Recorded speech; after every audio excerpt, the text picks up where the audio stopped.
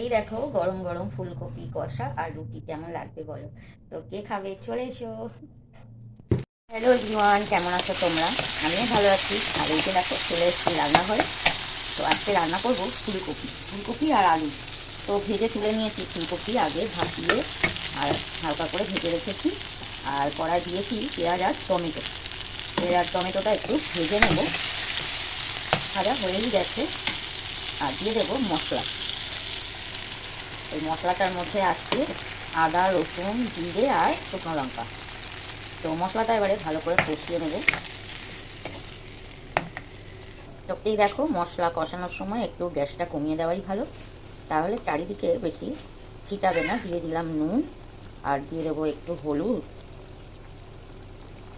আর দেবো কাশ্মীরি লঙ্কার গুঁড়ো। এটা না দিলে মনটা ভালোই লাগে না, একটু কালার হবে, দেখতে ভালো লাগবে। এবার ভালো করে মশলাটাকে কষিয়ে নেব। তো গ্যাসটা আমি একটু কম করে দিয়েছি। আর এদিকে দেখো আমার পাখি মামা করছে, ওকে দিতে হবে ভাত। তো আরও একটু নুন আমি দিয়ে দিলাম, বুঝতে পারছি না। আর দেবো আমাদের একটা জিনিস দেখাই, এরকম কড়াইশুঁটি ছাড়িয়ে আর কন্টেনারে রাখা। গত বছর এরকমই রেখেছিলাম। এই তোমরা হয়তো বিশ্বাস করবে না, এই গত মাসে শেষ হয়েছে। এরকম রেখে ঢাকা দিয়ে আর ডিপ ফ্রিজে রেখে দেবে, আর কিচ্ছু করতে হবে না, না ভাপাতে হবে না কিছু। তো তোমরা যদি কেউ এইভাবে রাখতে চাও রাখতে পারো। যখন কড়াইশুঁটি না পাওয়া যাবে তখন একটু একটু বের করে আর রান্না করবে।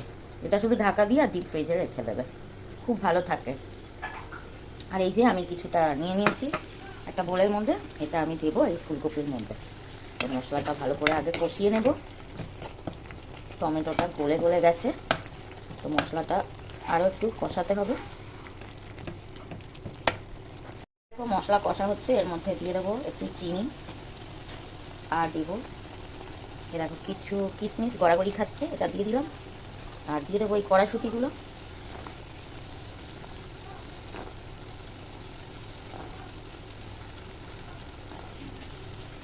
এবার ভালো করে একটু কষিয়ে নেব। তো অনেকটাই মশলা কষা হয়েছে। এবার আমি দিয়ে দেবো এই ফুলকপি আলু, যেটা আমি ভেজে রেখেছি। আজকে হাতে ধরেই ভিডিওটা করছি, জানি না কত দূর কী দেখা যাচ্ছে।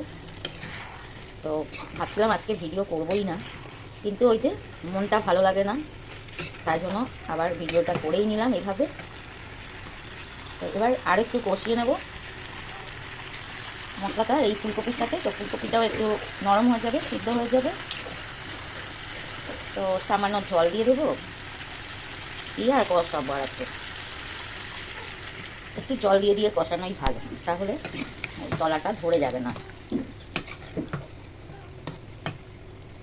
আর দিয়ে দেবো কিছু গরম মশলা, এটাও ঘরেই গুঁড়ো করে রাখা ছিল, তো এটাও আমি দিয়ে দেবো।